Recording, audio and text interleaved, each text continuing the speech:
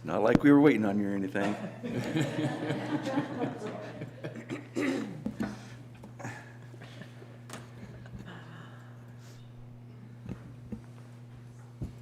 We're on. All right, call this meeting of the Fremont County Board of Commissioners to order. If you'll please rise and join us with the invocation from Lauren Coleman from the Free Church, followed by the Pledge of Allegiance. If you'll turn that microphone on. Thank you. That's okay.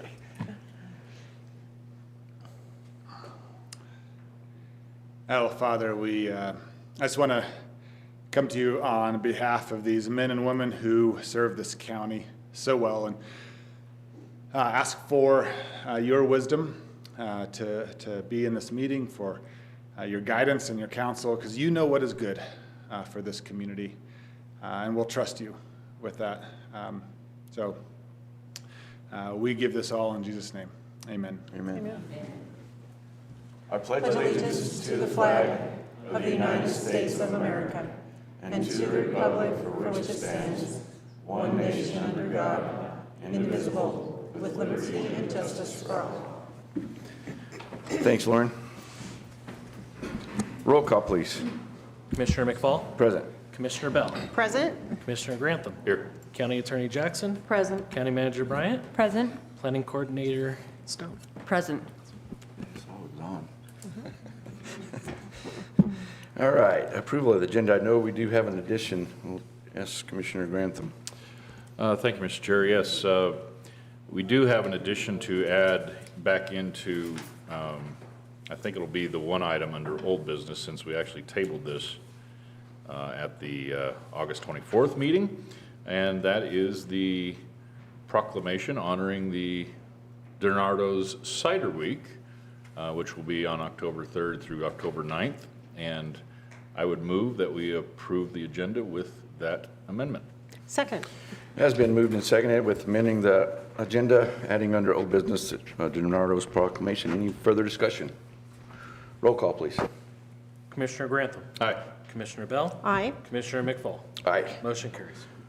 On to the consent agenda, I will point out that we are scheduling a public hearing for September 28th for Mountain High Meds LLC, where they are requesting approval for a modification of their existing premises. And on October 12th, there is a zone change public hearing for Pikes Peak Motors requesting approval of a rezoning the acreage out there. All right, Mr. Chair, noting those two upcoming public hearings, I move to approve today's consent agenda. Second. Has been moved and seconded to approve today's consent agenda. Any further discussion? Roll call, please. Commissioner Bell, Aye. Commissioner Grantham, Aye. Commissioner McFall. Aye. Motion carries. All right, we'll jump right into staff and elected officials. We'll start with County Manager Sunny Bryant's report. Good morning. Good morning. So just a couple of quick updates. As I say each time, the construction for Pathfinder Park, if anybody hasn't been in that area, I encourage you to drive by. The community center is coming together very quickly. We started picking out colors, which that's when you know it's very close to actually being completed. And so we're really excited to have that moving forward. We've already started receiving requests for renting that space. And so we're hoping to have it all ready to be rented out by the end of the year. So if you have events that are occurring in 2022, I encourage you to reach out to the Extension office here at the County Admin Building and go get the details for renting the space. It's going to be beautiful out there. So we have kicked off the 2022 budget cycle. So I've received most of the department's budget requests for next year. So we're compiling that information and working on all of the revenue forecasts and everything. And we'll begin the meetings with the commissioners the week of the 28th. So that's coming very quickly. And then the last thing, we are still going through the process of refinancing the COPs. And as I've said in the past, we're looking at saving about $3 million in interest over the life of those COPs. So that's really a big project, and we're scheduled to close on those in October. And so that's coming very quickly, and we're really excited to take advantage of the lower interest rates at this time for some of the debt that's been issued over. This was a 2013 issuance, so the interest is quite a bit lower right now. So we're really excited to get that finished. And that's all I have. All right, thank you, Sunny. Move on to the clerk's monthly report. Mr. Grantham. Thank you, Mr. Chair. Total motor vehicle fees, sales tax, and recording fees collected for August is $1,519,039.16. Fremont County's portion for disbursement is $861,064.26. This is a 57% of the total fees and is $142,802.03 more than August of last year. Year-to-date, our office is over $1,037,130.75 from last year. It's booming. Wow. Wow. Yeah, those are amazing You numbers. could kind of hear the collective gasp when we took a look at those bottom numbers up there. My chief deputy and I were talking, we've never seen the number hit above 1 million from the prior year ever. And this So- was only through August. And this is only through August. Wow. Wow. Impressive. Mr. Chair, I move to accept the county clerk's report for the month of August 2021. Second. It has been moved and seconded to accept the awesome county clerk's monthly report for the month of August. The awesome county clerk or the awesome report? Awesome report from the county clerk. Yeah, let's get that right. Yeah. Okay. Clarification. Any further discussion? Roll call, please. Commissioner Bell. Aye. Commissioner Grantham. Aye. Commissioner McFall. Aye. Motion carries. Thank you. All right, I'll turn to anyone else up here that might have anything they would like to talk about. Oh, where to begin? So I guess maybe Commissioner Bell was going to mention this, but we have COMOM coming up, September 24th and 25th. And if you're aware of COMOM, they do some great work here in the community for dental work. Come one, come all if you need dental work. And it's free to you. They do a lot of work raising the funds that are necessary, but they do, I think, what is it, $1 million worth of dental work in Over. in A the little over $1 typical million, yep. in the typical 2 days that they perform this. And so it's a great opportunity. No one's turned away. There is online registration, I think, up until the 17th, Friday the 17th this week. But there's always on-site registration as well. So if you show up, I think it's at Harrison School, it's a great opportunity to get some of that dental work done that you've been needing to. And we're talking about a whole wide range of dental work, even up to dentures and extractions and fillings and everything. So. Everyone's favorite root canals, don't forget that. Oh, I wasn't even going to talk about that.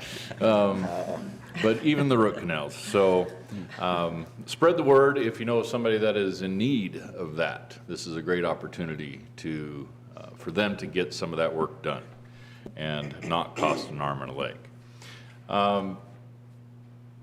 Let me add something right quick that Yes, you sir. didn't say, just to make it clear. Doesn't matter if you have insurance or not. Yeah. You don't have to have it. Doesn't cost you anything. Doesn't matter your salary that you make or not. None of that is involved with it. It's just free for anyone and everyone. Right. First come, first served. First come, Yep. first served too, yes. So, yes, great point. The only other thing I was really going to mention was, again, we have the redistricting commission's meeting for our congressional and for our state house and state senate seats. And they just came out with new maps yesterday. And these are just maps that continue to develop over time. We probably won't know the final maps and maybe for another month and a half. I'm not sure if you know the schedule on that. So they'll have probably 2 more proposed maps, and then the independent redistricting commission will decide, and then it'll go to the courts. So I'm hoping by the end of December. End of December, that's kind of what I was thinking, mid to end of December. But right now, the maps are available online. I won't go into detail on what they're showing right now because there'll probably be 1,000 more versions of these maps before the end. But right now, it looks like at least our state senate seat and our state house seat will keep Fremont completely intact and in a good position with the surrounding counties as far as common representation. Our congressional seat, maybe not so much at this point. We don't really know. It's kind of floating back and forth between a district around here, like we're used to, or one where we're included with Denver suburb counties. Yay. That would not be great for us, to be perfectly honest. But again, that's just a preliminary look at what people are kind of throwing against the wall to see what sticks, and hopefully that doesn't stick. So more to come to update you. So that's all I have. Okay, Commissioner Bell. Yes, thank you. I'm going to head to the lighter side for a moment. There are reasons that we all live in Fremont County and we choose to stay here. And one of the reasons that I'm here, and likely a lot of you as well, is because of the many, many activities and events that this community has to offer. There is always something happening. I think that's part of why the COVID year was so hard for all of us. Having said that, this weekend, again, is going to be packed full of events. Saturday alone, don't forget the Pioneer Day Parade is happening, as well as all of the other events that are associated with that in Florence. The parade itself kicks off at 10 a.m. We will be there, and we hope to see a lot of you there. The other thing I wanted to talk about this morning is something also happening this weekend that I think a lot of folks haven't heard about yet, so I wanted to bring it up. This Saturday is the free fly-in and drive-in at the Fremont County Airport. So if you have any interest in old cars, in seeing new airplanes, old airplanes, seeing what's happening out there, that event will begin at 7 a.m. with a fundraising pancake breakfast for the EAA Chapter 808. And it will be followed by the fly-in, drive-in. So lots of cars, lots of airplanes, lots of fun things happening out there. It is free to get in. You don't have to pay entry. It's free parking. They're going to have a lot of exciting aircraft out there, classic cars, some really fun things to do. So I hope to see you all there. Thank you, Mr. Chair.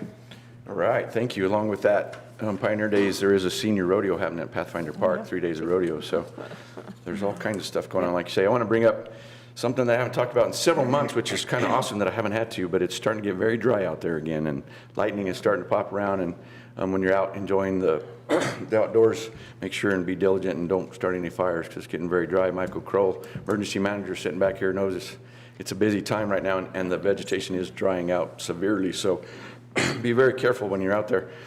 I want to just kind of breach a topic that's kind of on everybody's seeing every time you turn on the internet or the news or anything else, and that's the president's vaccine mandates. I don't think that's going to affect us at all here in Fremont County. I hope it doesn't.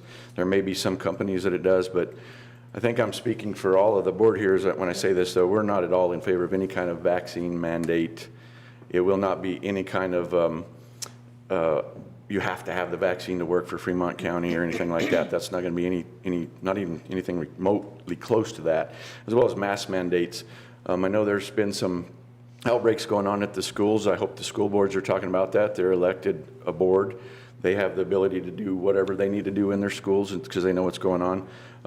In constant contact with our health director. And we know that this variant, as they're calling it, is out there and it's causing people to get sick. But you got to have some personal responsibility at some point and take care of yourself, take care of your family. If you feel like you need to wear a mask, by all means wear a mask. And I hope that those that are wearing a mask, that the other folks respect them and vice versa. So, but as far as us up here as a board and as a Board of Health, we're not having any kind of talks about putting any mandates in whatsoever. It's totally against my thoughts completely. So just wanted to kind of get that out there, and don't know if you guys have anything to add on that. If I could just add, I think it's best summed up by saying we are not pro-vaccine, we are not anti-vaccine, we are pro-freedom. Whatever is the best thing for you to do, that's what we want you to do. So I hope that you all understand that's truly what's in our hearts. That's why we're not saying anyone has to get vaccinated, anyone shouldn't get vaccinated. It is totally and completely personal choice. So, yeah, thank you for that reminder. Yeah, and ditto on those words. This isn't about whether or not we support or don't support, whether or not you want, or whether you should or shouldn't. It's about whether you have the choice to do that. And what we see coming from the federal government right now is truly an infringement upon our personal freedoms to make those personal decisions.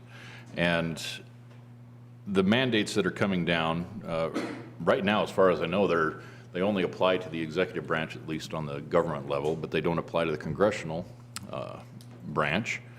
And even the leaders in that body, in that chamber, both the House and Senate, have indicated that it's a private matter. Well, I agree. It is a private matter. And so when they start issuing mandates down into the Businesses with 100 or more employees, I think it's obviously not a private matter when you start mandating this upon people and their businesses. And if it's good for people with 100 employees, why isn't it good for people with 1 employee or self-employed? A mandate's a mandate, and it's wrought with inconsistencies. It's wrought with, as far as I'm concerned, unconstitutional issues that infringes upon our ability to make our own decisions about our own health. By all means, if you want the vaccine, get the vaccine. It should not be forced upon us, and it will not happen here on the local level by this commissioner board.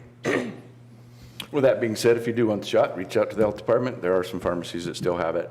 Yep. If you want to wear a mask by all means. So anyway, thanks for that. Anyone else up here before we move on? Okay, we have one citizen who has requested to speak, Randy. And the microphone is on. Good morning. Good morning, Commissioners. Could you identify yourself for us Yes. first, please? My name is Randy Sorge, S-O-R-G-E. Thank you. I live at 1511 Locust Street, Canyon City. That's in Lincoln Park. I'm here today also representing others in the neighborhood. Some are present here today with me, 3 of them. Many others were not able to attend. I do have a list of those that have this concern as well that I would like to present to the Commissioners, if I may. Thank you.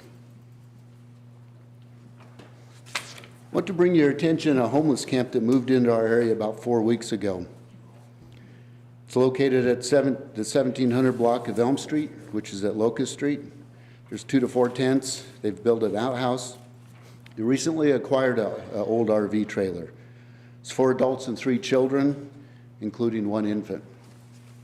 My military service included a recent tour in Seattle, Washington. I've seen firsthand large-scale homeless camps and the troubles they bring in a neighborhood. Again, I've included photos of the camp. Some of those photos didn't turn out very well because it's really shaded and it's really hard to get some of the pictures of the trash in there. One photo does show what appears to be the outhouse that they've been using for at least 3 weeks. The trash is accumulating. We've noticed a strong offensive odor coming from the property. The property owner is aware of the situation, but, quote, won't kick them out because one is his daughter as she is homeless. There are 2 dogs at the location. One got hit by a car and died a couple weeks ago. The other one bit my wife about 4 weeks ago. Animal control has become involved. They've also responded 2 additional times because the large dog is at large. Sheriff's Department's been called there multiple times, including this morning because 2 of the couples were involved in a domestic violence case. I heard the female yell and quit hitting me. Complaints have been filed with zoning and planning, as well as with the health department. Child Protective Services have been to the camp. Elm Street's a high traffic road. Other concerns we have are the children could be struck by a vehicle, dogs biting someone else again, or causing an accident. As mentioned earlier about events coming up, the Corn Maze Pumpkin Patch is opening soon, just a half a block away. The owner, Tim Madone, couldn't be here today. He's busy prepping. He's very concerned about the increased traffic in the area, the unsightliness of this homeless camp. Many people come from the Springs, Pueblo, and even Denver to come to this annual event. They'll see this eyesore. A school bus stops in front of the camp to pick up the 2 elementary school kids from the camp. Other school kids on the bus see this twice a day. There are known meth houses in the area. I've been told the Cotter Mine runoff on that property has not been abated. Various cars are seen coming and going from their property on a daily basis. The RV trailer is parked within 2 feet of the paved road, and I think one of the photos shows that, creating a traffic hazard. Cars drive by slow all the time, whether they're watching out for kids or looking at the unsightliness of it. I think the list I gave with the residents included myself and 11 other, or a total of 11. My wife just texted me, she talked to somebody else, and there's a 12th person we could add to the list. Our property taxes were raised. This is not why we pay taxes to see this in our neighborhood. In closing, we do not want this in our community. So I ask you commissioners, how would you react if you saw this across from your house? What action would you take, and what action would you want taken? Thank you. Thank you. So I don't know about the other commissioners. It's the first I'm hearing about this. We'll follow up with planning and zoning on the complaint that you said you had with them, and we'll figure out where all this is and move forward. So thank you. Great, thank you, sir. And just to clarify, which property is it? It's owned by Bobby Wilson. Bobby Wilson, okay, Yes, okay, I see it. Okay, thank you. thank you. Thank you. Is there any other citizens who wish to speak to the commissioners that are not on the agenda? Okay, seeing none, we'll move on to old business. And our item of old business is one we added, and that's a proclamation for DiNardo's. And I'll turn it to Commissioner Grantham. Thank you, Mr. Chair. Well, I'm going to read this proclamation, and this is one of those times where this is a real pleasure to be able to do the job that we get to do. And Sure. yeah, Sure. why don't Why don't you guys come two on of you up? come on up to the mic?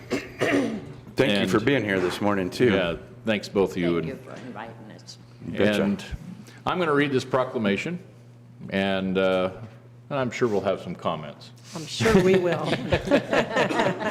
And then you guys have an hour to speak. No, just kidding. Not today. Not today? Okay, we'll save it for another time.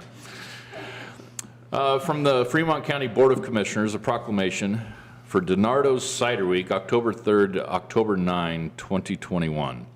Whereas DiNardo's original cider mill and farm market is celebrating 80 years of continuing service to our local thriving community throughout 2021.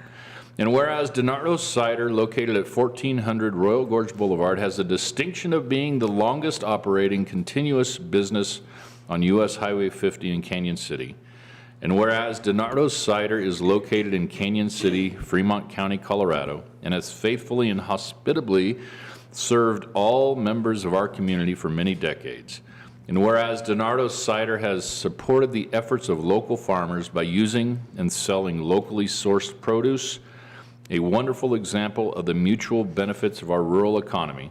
And whereas local businesses such as DiNardo's Cider matter deeply and contribute significantly to the overall economic prosperity of our community, and whereas the DiNardo family knows a smile means the same in every language and brightens their customers' days with a smile and a kind word, and whereas the DiNardo family has been and continues to be an integral part of our community, reminding us of the roots of our shared heritage as well as the wings of our shared future.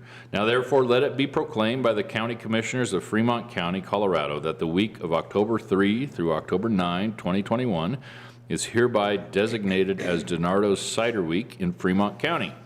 The County Commissioners do urge all people of Fremont County to recognize the services provided by DiNardo's original cider mill and farm market and congratulate them on achieving this significant milestone. Signed this 14th day of September 2021. Thank you, Fremont County Commissioners. It's the best gift I ever get, and I want to treasure it forever. Thank you, sir. Thank you so much. Thank you. Thank you. We want you to charge ahead forever as well. Do what? Charge ahead. We want you to be there. You have been such a wonderful part of our community for so many years. Those of us who grew up here grew up with DiNardo's. You've always been there. You're a part of the landscape, and yet you're such an incredible, very special part of that landscape.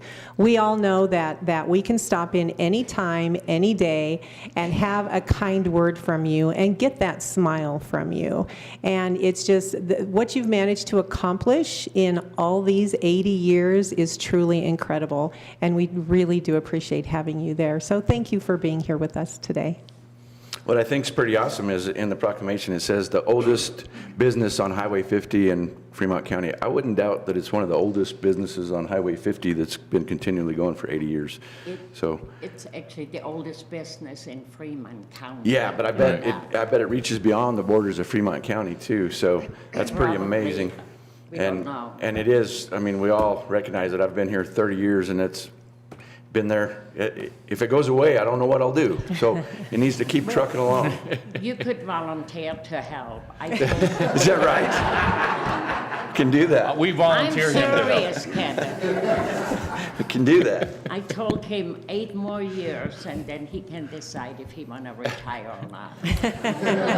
He was only, what, 12 when he started there? Yeah. Or something? So yeah, 8 more years. Well, he's only going to be 100. I don't see anything wrong with that. Yeah. Yeah, But I'm looking for volunteers. Okay. I'll continue it. okay. We'll keep that in mind, Heidi. Yeah, Yeah, but tell your husband. I'll let him know. He is one of your best customers. Yeah, he is. Commissioners, I would entertain a motion for this proclamation. Yes, sir, I would Just be happy official. to do that. And just another note, you know, the best cider in town. You get out there to DiNardo's and support this business. It is great. All of our businesses, of course, but the great cider. I love buying my stuff there for the holidays, especially. And thank you for all the being there. Thank you. Being there. So, and as far as all of Highway 50 outside the Fremont County borders, I say we just make the call, and it is Absolutely. the oldest I'm ready for that too. one. And they can come prove us wrong Right. if I'm we're okay not with that, correct. yeah. There you So, go. I would move that we accept this proclamation for DiNardo's Cider Week, October 3rd to October 9, 2021. And I'm happy to second that. Has been moved and seconded to accept the proclamation declaring DiNardo's Cider Week, October 3rd to October 9th. Any further discussion? Roll call, please. Commissioner Grantham. Aye. Commissioner Bell. Aye. Commissioner McFall. Aye. Motion carries. We want to come down there and take a picture with you. Is that okay? Yes, sir. All right. They want a picture with you. Just smile. You'll be all right.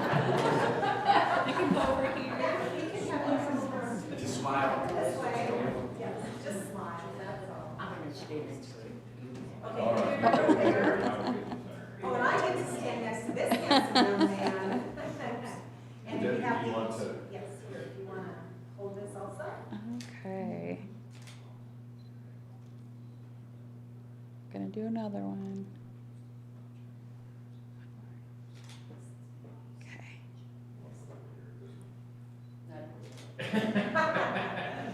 Perfect, there we go. Congratulations, sir. Yes, sir. Yes, sir. Thank you.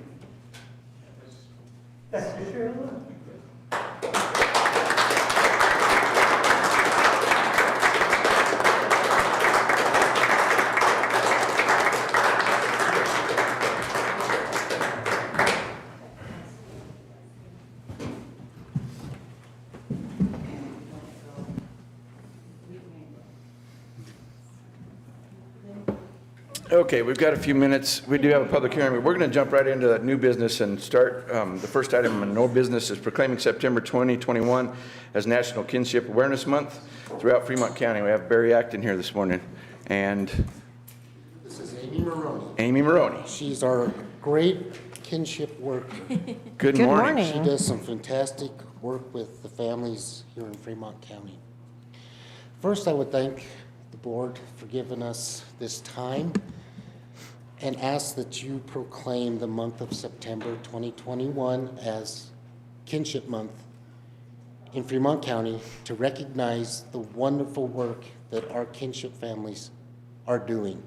Right now, we are placing 2 out of 3 children with kinship here in Fremont County. That keeps kids in a normal situation, that keeps them in a familiar situation, that keeps them with their friends, their schools. It keeps just normalcy in their life.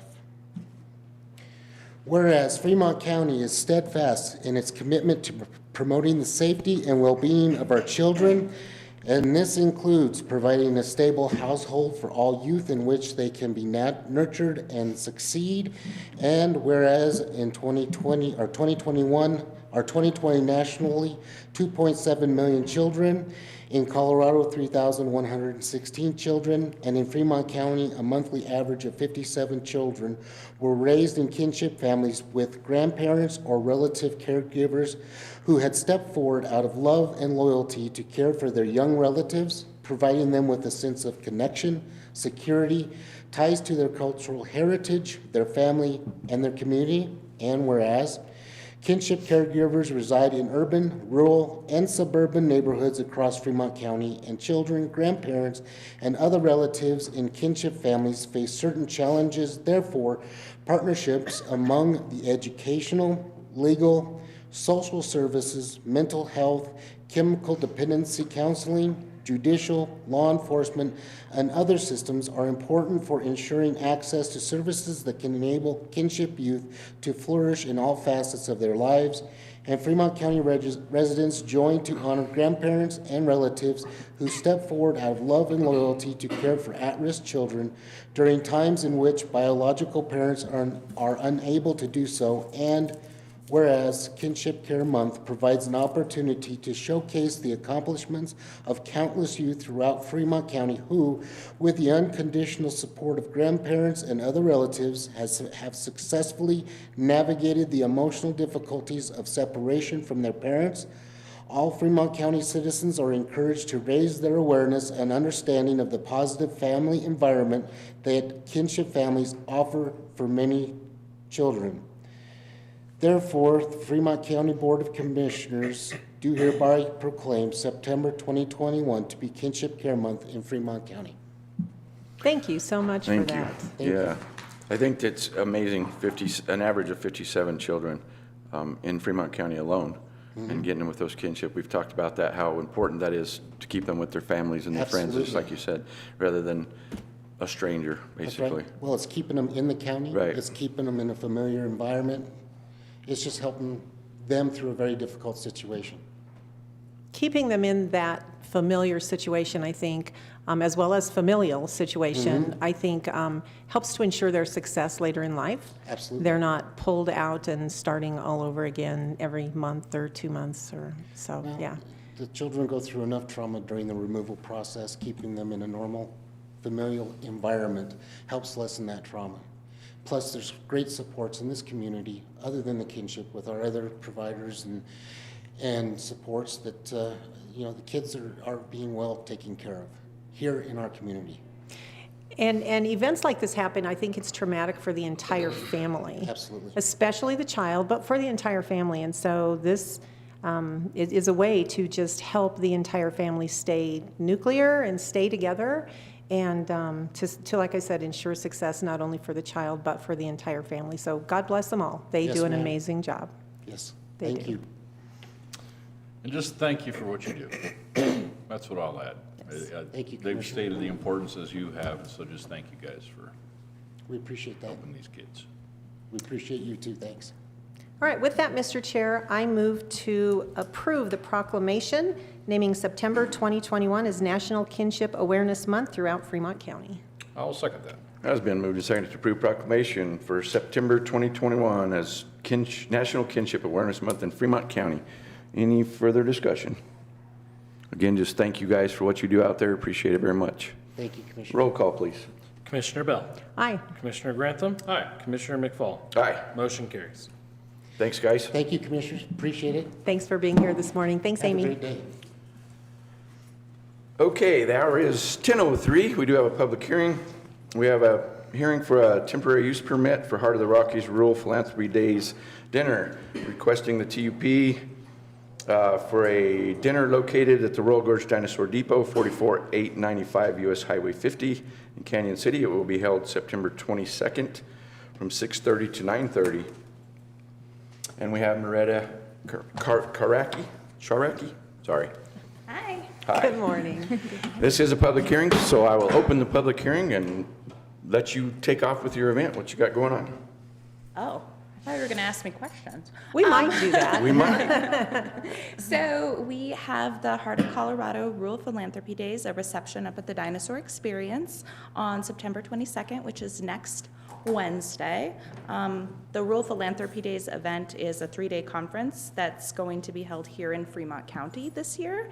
It is so that funders and grant writers and people who work for nonprofits can all come together and learn new things, ways to help their nonprofits. And this particular event is going to be a taste of Fremont. So we'll have like local wine, local beer, several food vendors and food stations, all from here, all from Fremont County. And so they'll eat and mingle and have some drinks and enjoy the dinosaur experience and just like talk to each other. Just like talk to each other. Just for fun. Just for fun. Okay. You guys have any questions for her at this point? Nope. Okay. Going to ask for a staff report, please, Alicia. So the department has reviewed the application and found it to be a complete and true representation of the request as stated herein. The department finds that all requirements per the Fremont County zoning regulations will be satisfied by this application, and they do have a waiver request for the cash surety bond. Okay. Any questions of Alicia? Not a one. I just, clarification, I believe I saw down here somewhere, and has many pages, I read through them yesterday, that we did have a recommendation of approval from our sheriff's office as well as from our environmental manager. Yes. Okay, so no issues there. Okay. This is a public hearing, so if there's anybody who would wish to speak on this event, this temporary use permit, now would be the time. You guys, one at a time. Waiting for the stampede. Okay, seeing none, I will close the public hearing and ask the commissioners their wishes. If they have any questions or entertain a motion. This is a very straightforward event for me. I know you especially have been pretty well versed in how to run events. And I had the fortune of being at one Saturday night that you had your fingerprints all over, and it was a great event. It was very well run. There were certainly no issues, and it was at the same venue. So I would expect much of the same for this next event that you're planning up there. I see no issues, no problems with this. So, Mr. Chair, I would go ahead and move to approve TUP 21-007 for the Heart of Colorado Rural Philanthropy Days Dinner. They're going to be located at the Royal Gorge Dinosaur Experience, 44895 US Highway 50 on September 22nd from 6:30 to 9:30 p.m. And with this motion, I do include a waiver request for the cash surety bond. Second to all of that. It has been moved and seconded to approve TUP 21-007. And I won't go through that whole thing again because hopefully Talia's got that. It's a long title. But for Philanthropy Days, is there any further discussion? Roll call, please. Commissioner Bell. Aye. Commissioner Grantham. Aye. Commissioner McFall. Aye. Motion carries. Thank you. Thank you. All right, thank you. Okay, we move back to the agenda. Item number 2 is we have Michael Carr, emergency manager here, talking about our hazard mitigation plan. Morning, Michael. Good morning. So I want to back up real quick because it's part of the hazard mitigation plan, but thank you, Commissioner McFall, for bringing up the dry conditions. I'm sure everybody's noticed the change that we had from this spring where we had moisture and we had a good monsoon season. Everything was green. Now everything is just as brown as all the wood in this room. So yes, everything is dry, and we have had a couple small fires that have popped up, but they've been taken care of. So please be cautious of that when you're out. Absolutely. So I am here today to get your signature on the adoption of the Fremont County Hazard Mitigation Plan. It was sent to the state. They sent it back to us for a few changes. Then it was sent to FEMA, and FEMA approved it the first time, pending the adoption of all of the municipalities that are involved in the plan in the county. this was a long task that you took on here, but it's necessary. We have to do it, and I have to do it every 5 years, I believe it is. But it took a little bit for some of the information to trickle in from the municipalities and whatnot. So I appreciate you being diligent and staying on top of that.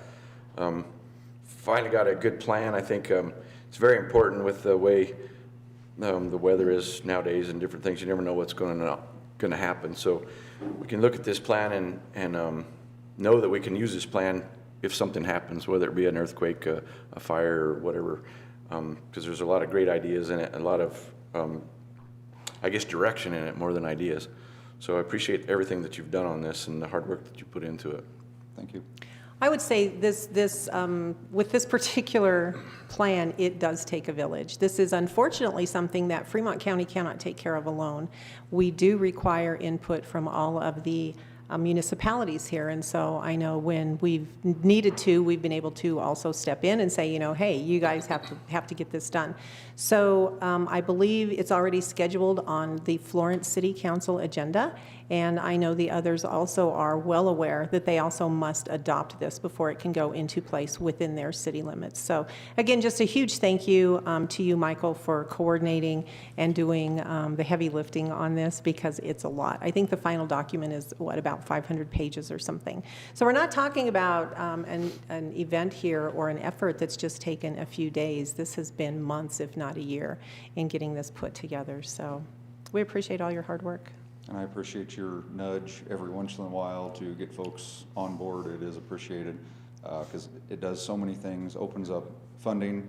There's funding sources without a hazard mitigation plan we're not eligible for at all, and those are huge, as well as the rest of the municipalities that have to sign it. So it does a lot for the county and all of the participating municipalities as well. Yes, absolutely. Ditto on all that. All that. All that. So we do have a resolution, and I think our resolution number today is 33, correct? Yes. The resolution reads, a resolution adopting the Fremont County Hazard Mitigation Update with the assistance of Michael Crow, who has gathered information and prepared the Fremont County Hazard Mitigation Plan Update. And whereas the Fremont County Hazard Mitigation Plan Update has been prepared in accordance with FEMA requirements at 44 CFR S201.6, and whereas Fremont County is a local unit of government that has afforded its citizens an opportunity to comment and provide input into the plan and the actions of the plan, and whereas the Fremont County Board of Commissioners have reviewed the plan and affirmed that the plan will be updated no less than every 5 years, and now for let it be resolved that the Fremont County Board of Commissioners adopt the Fremont County Hazard Mitigation Plan Update as this jurisdiction multi-hazard mitigation plan, and resolves to execute the actions of the plan. Easy for you to say. Tell you what. And with that, I would entertain a motion. Mr. Chair, I would move resolution number 33, series of 2021, a resolution adopting the Fremont County Hazard Mitigation Plan Update. Second. It has been moved and seconded to approve resolution number 33, adoption of the Fremont County Hazard Mitigation Plan Update. Is there any further discussion? Roll call, please. Commissioner Grantham. Aye. Commissioner Bell. Aye. Commissioner McFall. Aye. Motion carries. Once again, Michael, thank you for the work that you put on this, and I'm sure you'll follow up with the municipalities to make sure that they get that their portion passed as well, so that it's all. You got a sign there. What kind of sign you got? So this is something that hasn't been done in Fremont County before. It's storm ready with the National Weather Service. It's about 20 pages of data. This actually went into the hazard mitigation plan. Working with National Weather Service, all of the response agencies, the county, the municipalities, to get a storm ready. Information on who has weather radios, where they're at high traffic areas, working with the National Weather Service on, okay, we've got these conditions here. They can't see it on their radar. They don't know what we've got. Working with the burn scar areas so we can get flood warnings, watches out to those folks specifically in those areas. So the National Weather Service, and I don't have the other sign because they only have one, they nominated me to be the weather ambassador for the state. So I got that as well, but this is the only sign I've got. But we can get more of these if we want to put them up, you know, on Highway 50 or other main routes into Fremont County, but this is another part of it. Like I say, about 20 pages worth of data and coordination for years since I've been here with them. So this is another thing that goes. So I heard on the news last night, they're updating the radar in Pueblo, so it's going to be down for a couple of weeks. So you're going to be very important for the next couple of weeks to help them with that data. It does help, and Correct. watching radar, watching weather stations, and just looking up at the sky as Right. well. And the ARIES, Amateur Radio Emergency Services, those folks at different parts of the county that relay information to me to send to the National Weather Service helps as well. So it was a big project, but got it done. Very cool. So that sign and the website on the bottom, for average Joe citizen, they go to that website, what does it do for them exactly? I mean, So they can see what goes into the storm ready process. Okay. There's tips, there's preparedness information, Okay. what to look for, what watches, warnings mean for all of the different types of weather Gotcha. that we have, what to do, what not to do in a lightning storm. Gotcha. And other types of weather that we have. So it's pretty big, in-depth website. Just kind of look through it if you're interested on the specific topics and search what you're looking for. Perfect. I can't see it on our screen, so those of you that might be looking at it, can't see it, it's www.weather.gov/storm ready. / /storm ready. / So weather.gov/storm ready. Yep. All right. Thank you, Michael. Thank you. All right. All right, moving on. Oh, some exciting stuff coming up here. Presentation of the 2020 audit report. And we have Kyle Logan from Logan & Associates this morning. Good morning, sir. I am excited about this I because am we've had too. to postpone a time or two. Yeah, So yeah. welcome. It's nice to see you here. It's great to be here. Great to be here. Well, good morning, commissioners and members of county management and staff. And so as Commissioner McFall said, I'm Kyle Logan with Logan & Associates, the county's independent audit firm. And I'm here to present the results of the 2020 audited financial statements and single audit. And so we primarily did the audit in two phases. One was a preliminary phase about the second week of December. And that's where we come out and we test internal controls of certain areas of the county's financial statements. You know, we spend time determining what single audit programs we are going to test or federal programs. And we do some preliminary analytical analysis of the numbers in the various funds of the county to see if there's any areas of concentration that we need to look at when we come out to do the final field work. So the final field work, the second phase, we did that about mid-April. And we were out here, I believe, about a week and a half, I think, this year, going through things. You know, and that's where we concentrate on the balances of the financial statements, primarily the assets, liabilities, and certain revenues and expenditures. We also verify with third parties certain balances, primarily like your bank balances with financial institutions, to verify that the money that's being reported in the county's financial statements are what the financial institutions say.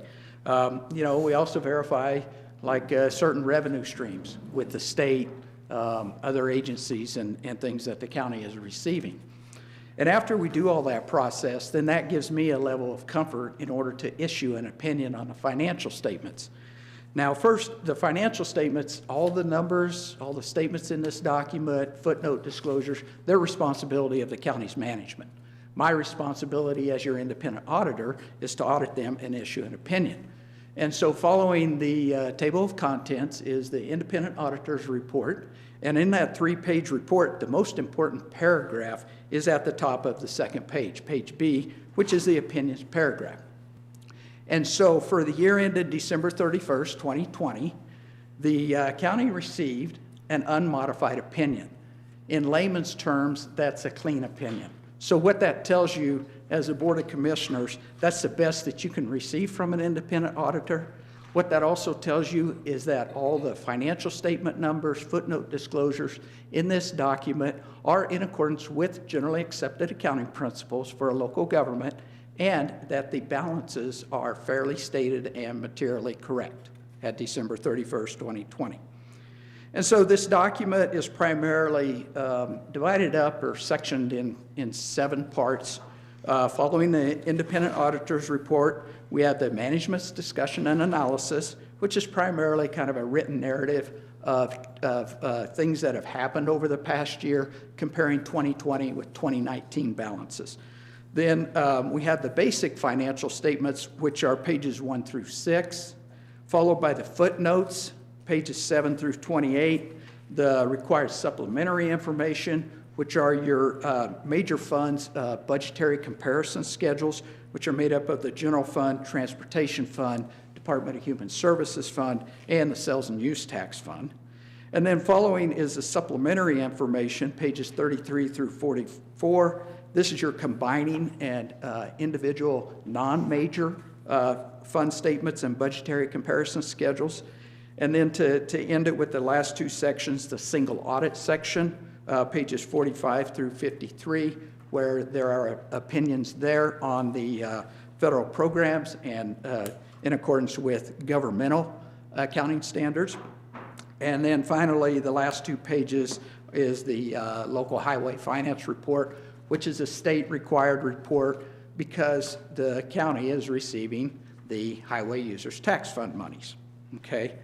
So I'll touch on some highlights starting on page 1, the statement of net position, which this is primarily a snapshot picture at December 31st, 2020, of all the county's assets, their claims against those assets or liabilities, and the net position or net worth of the county. And again, this is on what we call a full accrual basis, so this is similar to how a business would report. And these are, these two statements, pages 1 and 2, show that. And so we have total assets of about $67.5 million. That's about a $1.6 million increase over prior year, which is primarily made up of your cash and investments increase and the accounts receivable increases related to sales tax and the coronavirus relief fund monies that were not received until 2021, but the revenue is reported in 2020. So your total cash and investments make up the second largest part of your assets of about $19.5 million. Your accounts receivable and property taxes receivable about $10.6 million. And then your capital assets, the biggest piece, is about $35.8 million. And so that's all the property, buildings, equipment that the county owns, okay? Total liabilities, about $26.6 million. That's actually a $1.8 million decrease over last year. And again, the majority of that is related to your debt payments, because your debt, long-term debt is about $21.1 million, and that's about a $1.6 million decrease from prior year, okay? So your net position or net worth is about $35 million. That's about a $3.4 million increase over last year, which is about 11% increase. So really, that's pretty good in the times we've had over 2020. You know, yeah, you've had the increase in sales tax revenues, but you also controlled your expenditures as well during this time, okay? So of that, it's split up into three sections. The invested in capital assets net of the related debt is about $14.7 million. Restricted, $7.8 million. And again, these are outside restrictions put on the county, of funds of the county. And then that leaves you with about $12.5 million of unrestricted, which is about 36% of your net position, okay? So then on page 2, statement of activities, this is like your income statement. Again, it starts out on the left side, and then it flows to the right, and then down on the facing page. So it starts out with total expenses, approximately $39 million, which is about a 3% decrease over last year, or $1.4 million. And of the categories, the significant categories, general government, about $11.1 million. That's a $2.1 million decrease over last year. Public safety is $12.1 million, and that's about a $1.2 million increase. Highways and streets or transportation-related activities, $4.7 million. That's just a slight decrease of $300,000. And then your interest on your debt $846,000. So that's about a $200,000 decrease from the prior year. And as this refinancing happens, hopefully we'll even see that number drop significantly again. So that's good. Then your total revenues. Your revenues are split up into two parts: program revenues and general revenues. And your program revenues are charges for services, grants that are received by the county. And then your general revenues are primarily the taxes, property taxes, sales taxes. And so we actually had an overall decrease in your revenues of about $200,000, of $42.4 million. Of that, $18.9 million is made up of your program revenues. $23.5 million are your general revenues. And so, again, some of the decrease in the program revenues is related to the self-insurance going away. So we don't have those charges that are being reflected. Okay? So those are your government-wide financials. Following on pages 3 through 5, these are your governmental funds. And so financial reports that you receive throughout the year, this is what you're seeing, okay? And so again, page 3, the balance sheet of the governmental funds. The big difference between page 3 and page 1 is page 1 includes capital assets and long-term debt, okay? On page 3, it's just primarily assets that are current and going to be collected soon in the following year, and your liabilities again are current and going to be paid within the following year. And so when we look at it from that standpoint, your total assets about $32 million, $2.5 million increase over prior year. Your total liabilities are only like $4.8 million. And so that's a slight decrease over prior year, leaving fund equity or net worth of all the funds of $21.3 million. And again, this is split up into several categories. Non-spendable, which is primarily related to if you guys have prepaid for expenses that are going to be incurred in 2021. So fund balance is set aside for that, about $1.5 million. And then again, we had that restricted fund balance, which is the same as what was reported on page 1. And then we have committed and assigned. And these are where actions that have been taken by the Board of Commissioners or previous boards are in place. And so certain funds are committed or assigned for certain activities coming up in the future, okay? And then following the very bottom, unassigned, and this is primarily your general fund, is $7.3 million. Now, if we were to look at that in comparison to the general fund expenditures for 2020, you basically had a little over 4 months of operations in your unrestricted fund balance. So that means, if you weren't receiving sales taxes or property taxes, the county could operate primarily all functions for about 4 months, okay? And that's very good for a county. So following on page 4, page 4 again is similar to page 2. And so I won't spend a lot of detailed time on this, but your total revenues, $42.4 million, total expenditures, $39.7 million, so leaving a net income of about $2.77 million, which is a 15% increase in your overall fund balance countywide, okay? Then on page 5, that's a reconciliation of page 4 to page 2, showing you the different capital assets and long-term debt that affect the two final numbers. And then page 6, this is your fiduciary funds or your custodial funds, primarily made up of public trustee and monies collected from inmates when they enter the county jail, so they're held on behalf, and then also amounts due to other governments from the county treasurer. And so these are not county funds, and that's why they're presented in this statement, okay? So following, starting on page 7 are your footnotes. and I'll just touch on some highlights of the footnotes.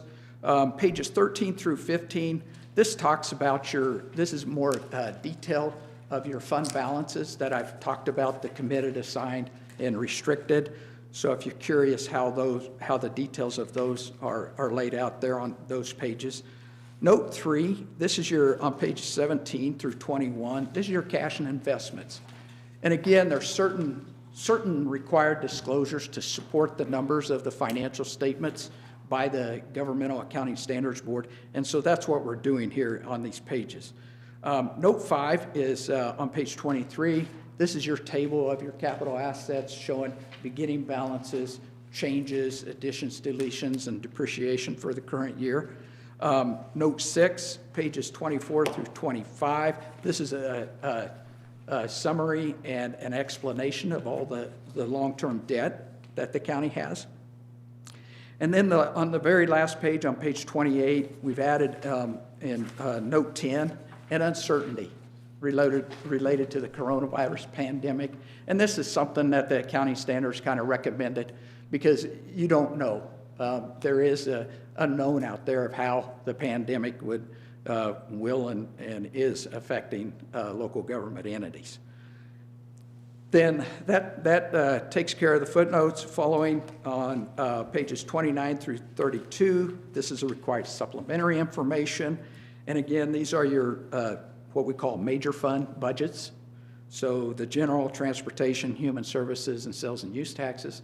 And one thing we do during our audit is, by statute, every year, you guys adopt a budget in December. And so under the state statute, you are not allowed to spend more than you expect to or adopt. And so that's one thing we look at as part of the audit to make sure that all the funds, the amounts budgeted are greater than what was spent. And we didn't have any issues with your funds this year. So that's good because that means that management's keeping an eye on those things, because sometimes if something unusual happens like HAT did this year, you guys amended the budgets in order to spend the new monies that were received by the county, okay? So no issues with your budgets. And in your major funds, same thing with the non-major funds. Starting on pages 33 and 34, this is basically a combining balance sheet and income statement for all the non-major funds that rolls up into pages 2 and 3, or 3 and 4. And so then on pages 35 for 42, these are the remaining budgetary schedules for all the remaining funds, okay? And then pages 43 through 45, this is the details of the activity of the custodial funds or the fiduciary fund of the county. And that kind of ends the basic financial statements. And then we have the single audit. And so because the county receives and spends more than $750,000 of federal grants and federal monies, they're required to have this additional audit. It's called a single audit, and it's more of a compliance. And so in that process, we are required to pick certain programs to test. Well, this year, because of the coronavirus relief funds, with over $2 million, that was one that we had to concentrate on and go through. So we go through the process there, picking Sonny's brain and different things of procedures and how the money was spent to make sure that it's allowed based on what the federal regs say. And so we go through that process, and then we also had to pick 2 additional programs. One was through Department of Human Services is the Medical Assistance Program, which we auditors don't like this because most of this is controlled at the state level. And when we always ask, well, what do we audit? We get all kinds of answers from the state. So we had to audit that one this year because it was over $750,000. Hadn't been audited for 3 years, and so we had to pick it. And then we also picked a smaller program under the Highway Planning and Construction Grant related to the Grandview Bridge. And so those three programs were what we concentrated on in your single audit. If you look at pages 51 and 52, this is the schedule of expenditures of federal awards. So this shows you all your different federal programs, which federal agencies they came through, and a lot of your funding is passed through various state agencies, okay? And so you had a total of about 9.8 million. Last year you were about 7.7 million. So a lot of that increase is related to the coronavirus relief fund monies, okay? And I'm happy to say that, you know, in auditing all these programs, we had no findings. So that's good. What that tells you is that, you know, you guys the county, your staff, your administration are following policies and procedures required by the feds in spending these monies, okay? So that's good. Then that kind of ends the financial statements. Like I said, the last 2 pages of the local highway finance report. We put that in there because it's required. We do very minimal work on it, and that's what we refer to in our opinion. And so that rounds out the financial statements. Before I move on to the management letter, any questions? I know I threw a lot of information at you. Where's our gold star? I know. All raise your hands. I'm assuming all of this will be on the quiz at the end? Yeah, exactly. No, it's a lot of stuff, but it's outstanding listening to the presentation, and Great. I mean, thanks to Sunny and her staff Yes. to make it work. Yeah. Well, when you made the note, I picked Sunny's brain. I just thought, oh man, what a job. Not a scary thing at all. That woman has more going on upstairs. And I also would say, Kyle, that we have a lot of faith and trust in our entire financial team here in Fremont County. But to have someone like you come in and to look at every single thing and to do all of this work proves to us once again that there is a reason that we do have all the faith and trust in them. Yes. And so we really appreciate this report. Good.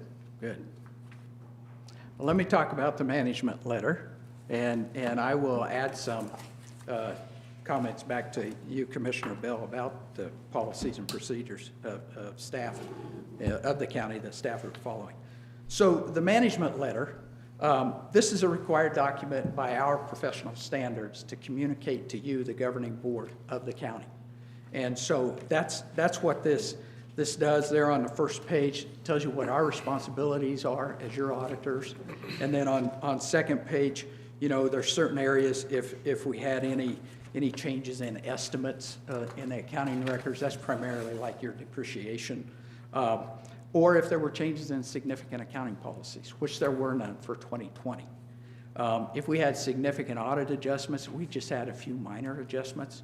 So what that tells you is that all the numbers that are in this final audited document are the numbers that you've been seeing throughout the year in your financial reports, okay? You know, if we had issues or difficulties performing the audit, well, as I always say, you would have heard from me before today if we had, so that's good. But this is also a tool for like areas for room for improvement, or areas that we feel need to be addressed. And so over the years, we've come up with comments, and you know, they're not repeated here because they have been addressed. Now, each year we do have our IT consultants come out and look at different areas throughout the county related to information systems, accounting software, and different processing softwares, because you guys have a lot going on throughout the county. And so we use them to kind of look at the like I say, the information technology side of things, because I'm an accountant. This IT stuff, it's way above me sometimes. So they come out and they look at different areas. And so we did find a few things that we feel, you know, need to be brought to your attention. We've discussed them with management already, and some of this stuff may have been addressed already or is in the process of being addressed. And so this year, our first year, a few years back, we actually talked to the sheriff's office about the commissary funds and inmate funds and how that's being handled. And I believe 2019 was when they brought that money over to the treasurer's office, which is a great thing, because then it all funnels through the treasurer's office, and the accuracy in reporting is probably better than it had been in the past. And so one thing we did, I had our IT people do this year, is kind of take a look at the software that they're using over at the jail for the detention center. And you know, the one thing, the software, it's kind of managed and run by a third party. So the county, even the IT people, have no control over it. And then each month or every so often, the county receives a check related to commissions on commissary sales. However, there's nothing that comes with the support of the check. So one thing that you guys have no idea of whether you're getting the right amount, whether you're getting the amount you're supposed to based on the contract. And I believe the contract's for a 7-year period. And so one thing, you know, we had county staff reach out to the company. You know, during our time, we didn't really hear anything back from them as far as, you know, how they're calculating it. But that's something we said, hey, maybe you guys ought to push them a little bit to, you know, give you a calculation along with the money that you're receiving to make sure that then you guys can say, well, yeah, we're receiving the right amount, or no, hey, wait a minute, you know. So that was one thing. You know, we also noted in the commissary system, it's called resident debt, and for current and past inmates and amounts. And so no one has really, for a period of time, gone back and said, does this number make sense? Because it produced, I think it produced like a 107-page report of all the inmates and prior inmates and amounts and stuff. And so that's one thing we'd like someone to just kind of take a look at. Now, it may be more of a legal question, how much you can do about that. But in some instances, it may be that, you know, this money's not ever going to be collected. Should it be written off, or is it something that has to go into perpetuity? I don't know. So let's take a look at that and kind of move forward and see if and it may take some time. I don't think it's going to be an answer overnight that you're going to find out. But again, it's not the county's money, so it's just a question. Okay, does this money need to be sent somewhere to someone? Okay. So again, nothing that's concern enough that would cause me to change my opinion on your financials. And then with the moving of the inmate bank account over here to the treasurer's office, it's being reconciled in the treasurer's office. But then when we were talking with people over at the sheriff's office, we were like, is anybody kind of comparing this reconciliation done in the treasurer's office with what you guys think and what your software is showing? And at that point, no one was, because they didn't really think about it.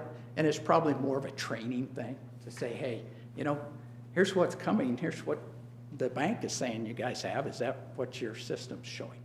So again, we didn't see any large discrepancies between those, the reconciliation and the report, but we think it's a good idea, primarily since you've got a third party controlling the administration of the software.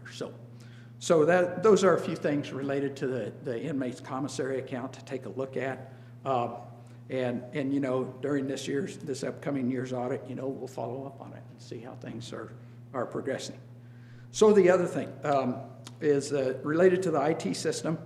And you know, as time goes, every year when I go to conferences, one thing I hear about most is cybersecurity.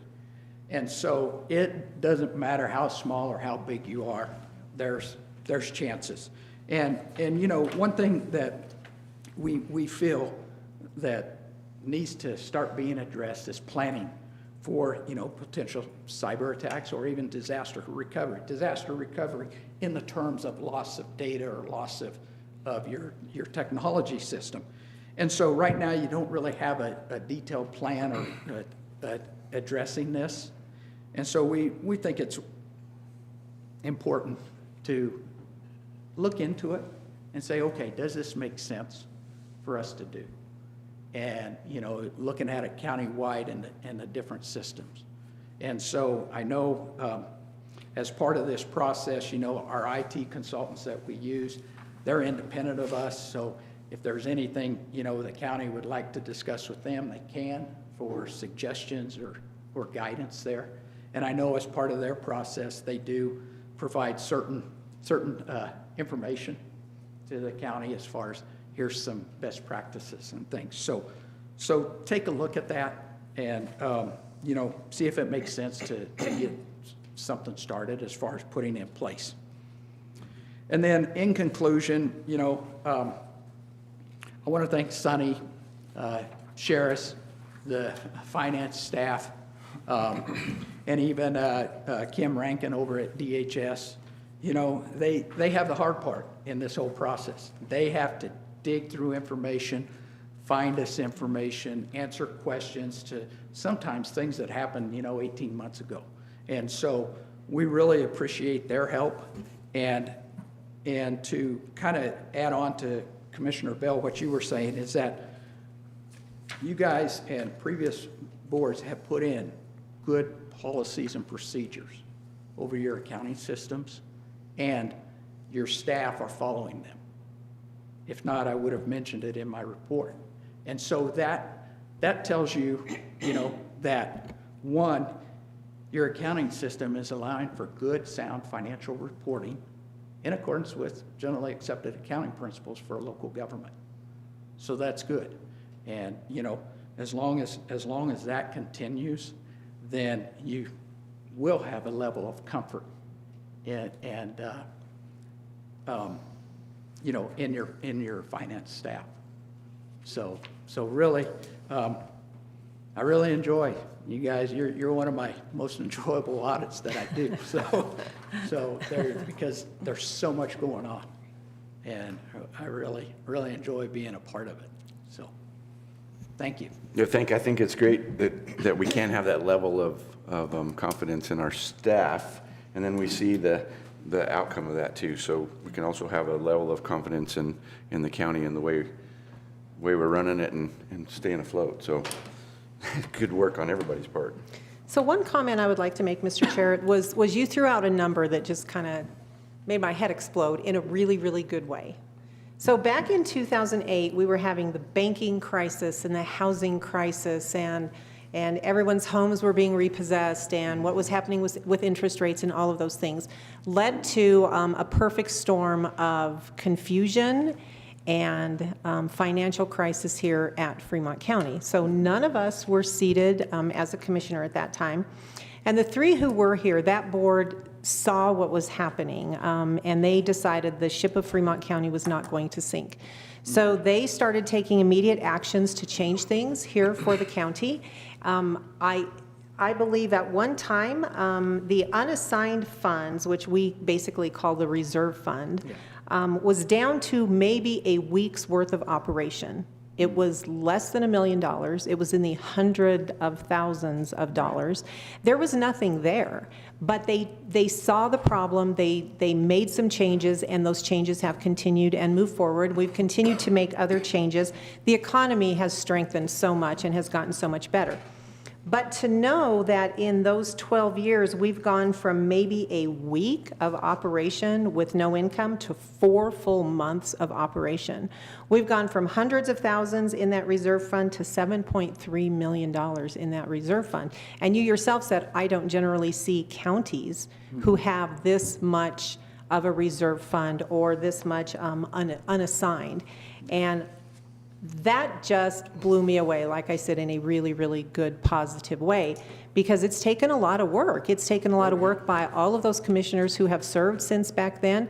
It's taken even more work probably by our finance folks to help us figure out and to understand where we are, because we aren't finance people. We don't have that background. And so we need help in understanding it, and that's part of what our own finance team is so incredibly good at doing. So just a huge shout out to everyone who has served here, getting us to where we are right now, because I'm incredibly pleased with this report.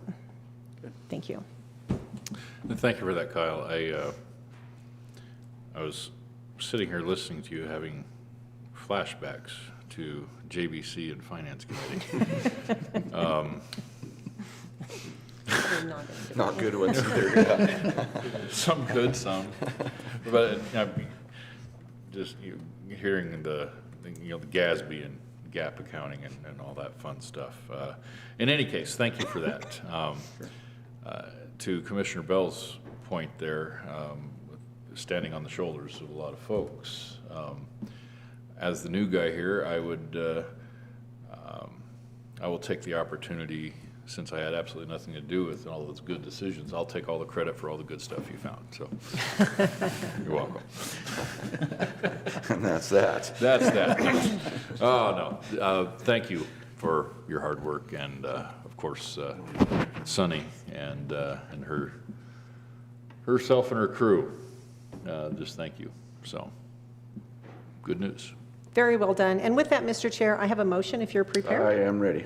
I move to accept the presentation and the 2020 audit report, done very well, thank you, by Kyle Logan of Logan and Associates, LLC. Second. It has been moved and seconded to accept the 2020 audit report. Kyle Logan from Logan and Associates, LLC. Any further discussion? Roll call, please. Commissioner Bell. Aye. Commissioner Grantham. Aye. Commissioner McFall. Aye. Motion carries. Thanks again, Kyle. Thank you. Thank you. All right, the last item on our agenda is a resolution approving the Colorado Opioid Settlement Memorandum of Understanding. So I'll ask Ms. Jackson to chime in here in a minute, but it's been a little over a year and a half, maybe more than that, maybe getting close to 2 years, since we started talking about opioid settlements that were coming sometime. Well, they're here now, finally. There was a group of counties that together called the Coalition of Counties that sued the big pharmaceutical companies. And then eventually the whole state of Colorado got on board, the Attorney General, and we're to the point now where there are settlements being distributed and settled. And it requires MOUs between counties and larger municipalities. I don't remember the number. I don't know if you do, Ms. Jackson, but if it's a small municipality, I don't think Florence has to sign one, but I think Canyon City might. I don't know. I'd have to look at that. But anyway, these MOUs are with the state to be able to accept the opioid settlements that are going to be coming our way that we can use for the opioid problems in our county.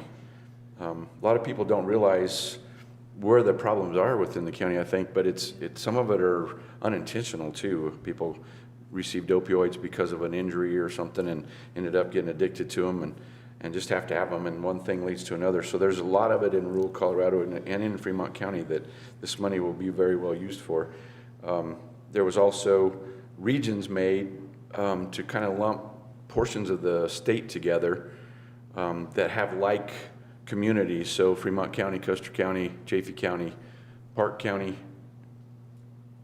I think that's the region, where they can pool funds together in a region as well as local funds to help with the opioid crisis. And we do have a resolution, resolution, which would be resolution number 34. And it is to signing of the resolution or the MOU so that we can be a part of this opioid settlement. Is there anything else, Ms. Jackson, that you'd like to add to that? Well, I would just say this does not end the litigation. And it's a coalition of counties and municipalities across the state in one of the cases that was filed, and then the state of Colorado through the AG's office filed a separate action. The importance of this settlement, though, it doesn't matter if it was a municipality or a county that was part of the litigation.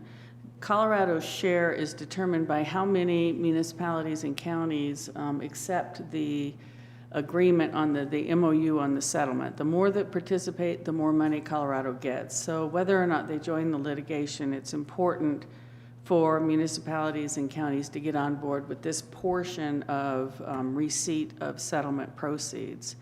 Secondly, I would note that the motion of the board, should you accept the MOU and agree to enter into it, needs to have a provision in the motion to allow signature on a subsequent version, because there may be minor procedural things. For example, the Attorney General signed the wrong page. So they have to go and have him sign the correct page. Little adjustments like that are still coming, as well as the form of the signature pages for the local government portion of it. The receipt of the money by local governments is contingent on the whole plan working, from the state of Colorado taking a share, going to a regional share, and then going down to local governments from there. Some of the larger municipalities and counties are their own region, and they do not share a region with other municipalities and counties. The smaller and more rural areas obviously have collective regions that each local government, they have to manage the region, they have to manage the funds through agreements among themselves. So that's still coming. But this is the starting point to accept the MOU with the state of Colorado to distribute and disperse settlement proceeds, keeping in mind that this does not end the litigation. The litigation is still pending. And also keeping in mind that this is over an 18-year period that these funds will be trickling into the governments, the local governments and the regions. Mr. Chair, if I may. Yes. I would just like to say thank you to you, Commissioner McFall, for all of your hard work on this. There have been many, many, many meetings with the state and with the group that he was just speaking about a moment ago to try to reach this point. When these discussions started, the state was all the way over there and counties were all the way over here. There was no man's land in between. And it's taking a very, very long time to reach the point that we are. But counties are incredibly pleased with the final result here. I think that you all were able to finally get the Attorney General here in Colorado to see our side of things, and that's not always easy when it comes to state government. So I know you were a big part of that, and I just wanted to publicly acknowledge that and say thank you. I appreciate that. There were several commissioners, and then there were municipalities on that committee as well. And so between Colorado Municipal League and Colorado Counties Incorporated working together, it was quite a negotiation with the Attorney General, and where at times we weren't sure what was going to happen. And the whole point of the whole thing was when they got the tobacco settlement a few years ago, it was completely and totally misspent and not used for tobacco problems. Well, we were trying to make sure that this opioid funds went to opioid problems. So that's where the coalition of municipalities and counties came together, and I think did a great job. So I appreciate that. It was a lot of time. Clarification, misspent at the state level. At the state level, Yes. yeah, at the state level. So we try to get this to the places, meaning the counties and the cities where the problems lie, and not let the state control it. So I think it's been a pretty good deal. There's 10% going directly to the state, 20% to local government, 60% to the regions like I spoke of, and then there's a 10% for infrastructure projects. So the money is going to be where the problem is and not depend on the state to have to try to get it or misuse it or misspend it. So we do have a resolution, and it would be for the signing of the memorandum of understanding and adding Ms. Jackson's provision for subsequent versions. Mr. Chair, I would move that we approve resolution number 34, series of 2021, resolution approving the Colorado Opioid Settlement Memorandum of Understanding, and add to that motion to allow for signatures on subsequent versions. Is that correct enough? Okay. Second. Has been moved and seconded to approve resolution number 44, approving the Colorado Opioid Settlement Memorandum of Understanding between Fremont County and the state of Colorado, with the provision for signature on subsequent versions if there happens to be a change. Any further discussion? Just in case I misstated it, it is 34. It was Dwayne that said 44. Oh, okay. 34, resolution number 34. I even have 34 written down. Resolution, any further discussion? Doesn't always mean anything. I know. Roll call, please, obviously. Commissioner Grantham. Aye. Commissioner Bell. Aye. Commissioner McFall. Aye. Motion carries. No other business before us. We are adjourned.